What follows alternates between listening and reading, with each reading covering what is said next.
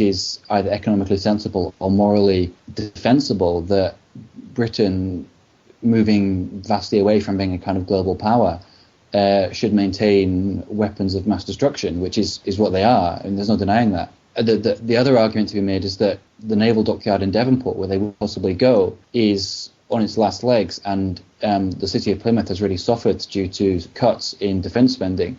But whether or not the people of Plymouth would want to have a full nuclear arsenal sitting at the bottom of their road is another question. And as bad as the unemployment might be, I think it's one thing they would actually say no to. And it's interesting too about the sort of security risk question that you touched on there, Dominic, about the fact that this is in Scotland actually exposes a very large percentage of our population to potential risks that wouldn't be there if Trident wasn't stored in the Clyde, and it's something which also isn't much part of the debate, the sort of the give and take of it. It's as if it's just to be expected because it's installed and it's all set up, that we should just all be quite comfortable and not terribly worried about the fact that if, I don't know, somebody wanted to launch a particularly hideous terrorist attack in the British Isles, it wouldn't be a bad place to start to cause mayhem and despair. That's part of the hypocrisy. So it's perfectly safe to leave it where it is, but it's terribly unsafe to move it. It seems very strange. Who's doing the risk assessment forms here? I don't know if. Sorry, I don't know if you ever had to do it. I don't think we did actually. I think there was something about that in Stephen Maxwell's book about arguing for independence, which I got over Christmas, and it includes a section on sort of Trident and the risks that Faslane pose. And they're quite interesting because I'm not somebody, I should say for my own part, who feels hugely exercised by it. It's not the most salient issue for me. I wouldn't put money into nuclear weapons. I would be against renewing them. I'd be happy to get rid of them. But I'm not, somebody who looks out and surveys the submarines on the Clyde with a sense of sort of physical horror, like I know some people do, and I respect that position. So I thought it was just interesting, when you start going in more functional ways, not just the costs, but about the risks associated with it to, my family who live in Glasgow and everybody else who lives in Glasgow, that actually it makes you think of it as a much more salient concern and something that potentially independence can address in a way that I can't really see it being addressed in Britain. I think that I, as a Green and committed environmentalist and sort of democratist, I am extremely opposed to Trident for all sorts of reasons. But you have to admit the day-to-day risk from Trident is not that high. It's more the fact that it's a colossal waste of public money. And I think this is something that most people in Scotland seem to realise. And it's a moral question as well. Nuclear power stations are, on a day-to-day level, more risky to the environment and the people who live near them, especially the older ones. And that's something which needs to be addressed. The question about Trident is that at a fundamental level, it's not morally defensible to have nuclear weapons. They are quite a terrifying prospect. I don't know if people of a certain age will probably have watched, and I think Andrew is probably with me on this, is that there was a film which was broadcast and which we got watching in school called When the Wind Blows, which traumatizes me to this day because it shows the effect of nuclear war and how terrifying it would be, not just for people in Britain, but if these weapons were to be used against another country, you have to remember that they are 1,000 times worse than anything like drones. Drones, they're bad and they result in collateral damage, but nuclear weapons are designed to exterminate whole cities. And nuclear weapons are not designed to win wars. They're designed to kill millions of people at one time. And by maintaining them, we implicitly approve of that kind of approach to human life, which is completely unsustainable as a standpoint. And this is why it hurts me that the Labour Party, irrespective of what it thinks about independence or further devolution or whatever, steadfastly refuses to acknowledge this. And it was actually one of the reasons why I originally left the Labour Party, became a Green, was because I realised that when it came to the kind of moral aspects of politics, their arguments didn't hold water. I remember actually the book you mentioned is by Raymond Briggs, I think, who also did The Snowman. So I had a sort of about when the wind blows. Yeah, I do remember that, and I entirely agree with you. I mean, I about the kind of horror, and if you apply your mind to what nuclear weapons do, what their function is, what their envisaged function is, and their effect on anyone they hit, that it just seems absolutely ridiculously indefensible.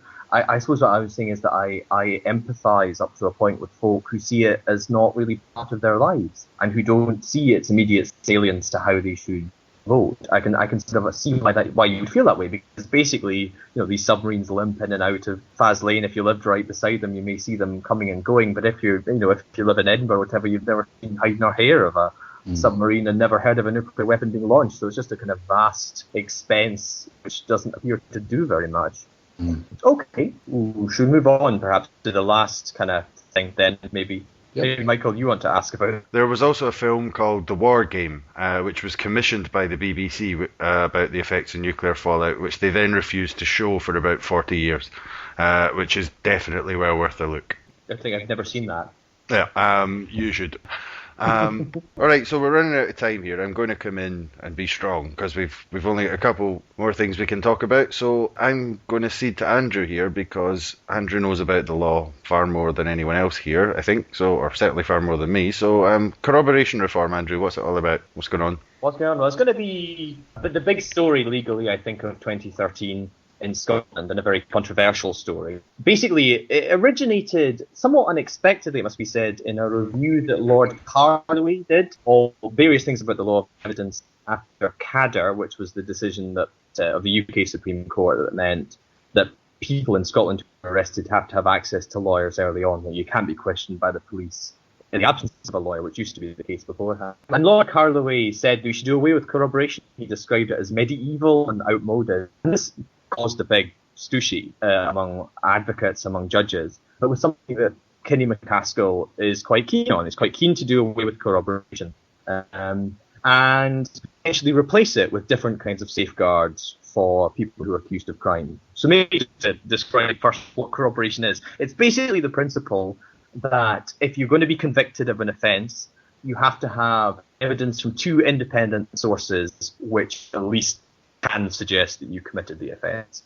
The classic example given is two witnesses see you do it, so you quite often see two police officers testifying to something. But it needn't be witness evidence. It can be a muddy shoe, if the allegation is that you were killing someone in a field. It can be something which is open to incriminating and less incriminating interpretations.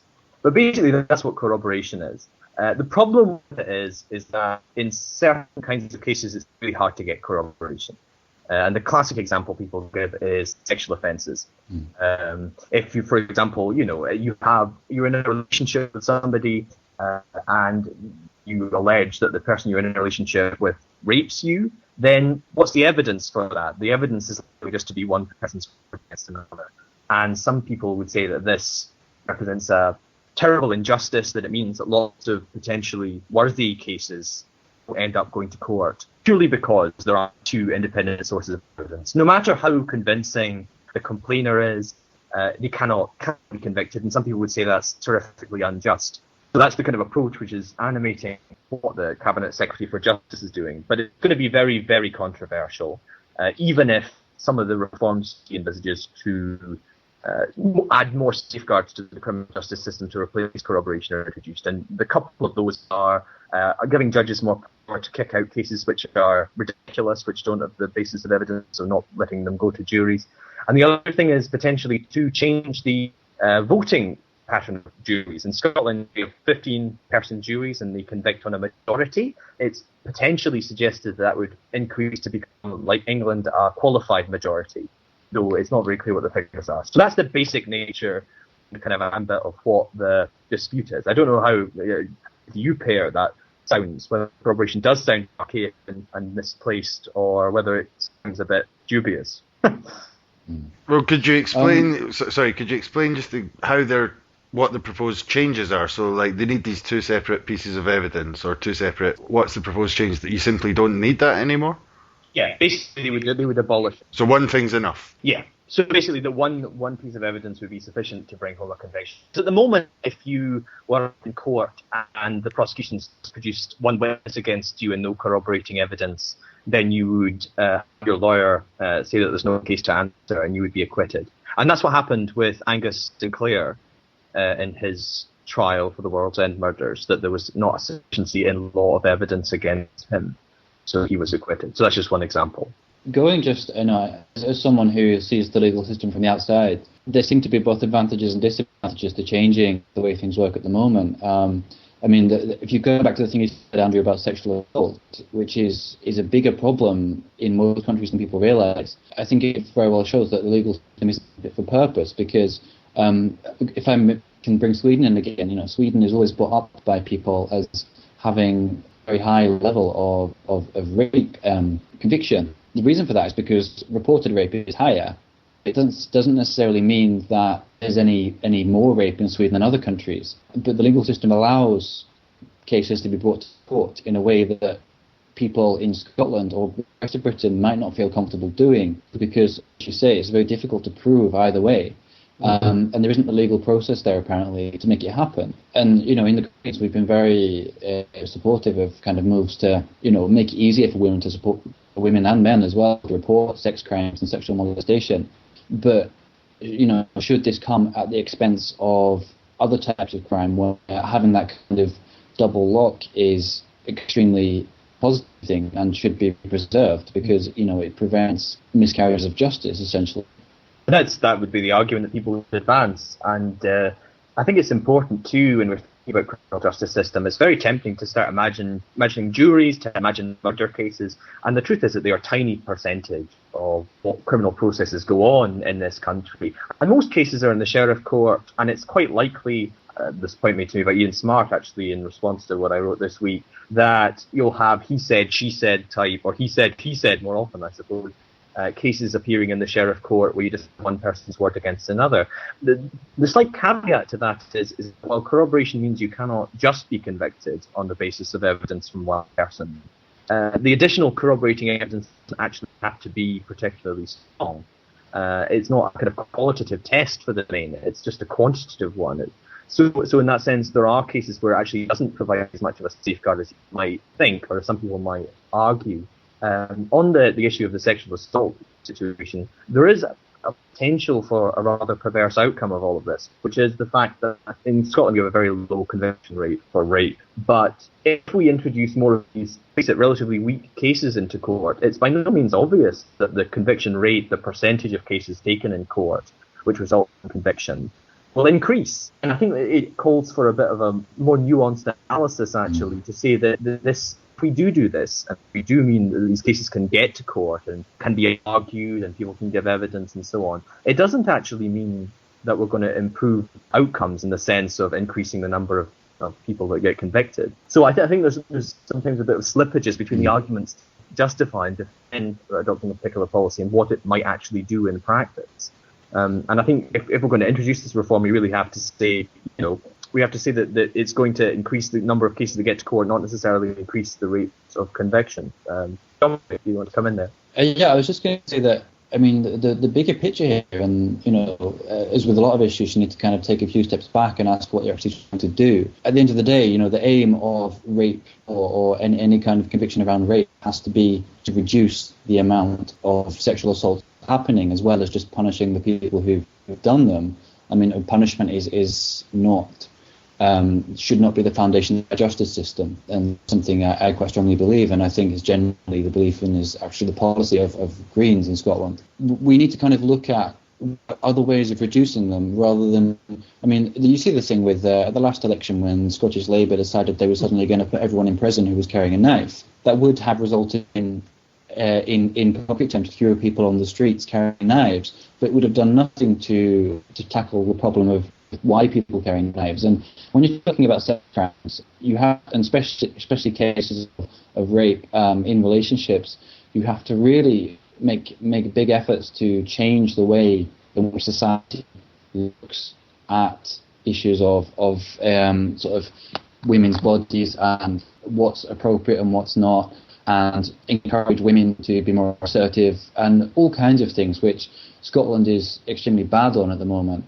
And I think that by trying to reduce it, and I would be upset if people were to use sexual assault as a sort of key argument in changing the law here, because the law does not stop sexual assault. Changing attitudes and changing the way that men and women behave is the key to stopping sexual assault. And we cannot we also often